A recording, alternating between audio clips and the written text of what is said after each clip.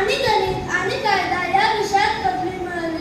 टिकांनी शिक्षण पूर्ण केल्यानंतर काही काळ शिक्षक म्हणून काम केलं, पण त्यांना वाटलं की देशासाठी मोठं काही करायला हवं, म्हणून त्यांनी समाज जागृतीचं काम सुरू केले. त्यांनी लोकांना एकत्र आणण्यासाठी गणपती उत्सव आणि शिवजयंती यासारखे सण सार्वजनिकरित्या साजरे करायला सुरुवात केली. त्या काळात लोक भीतीपोटी एकत्र येत नसत, पण टिकाने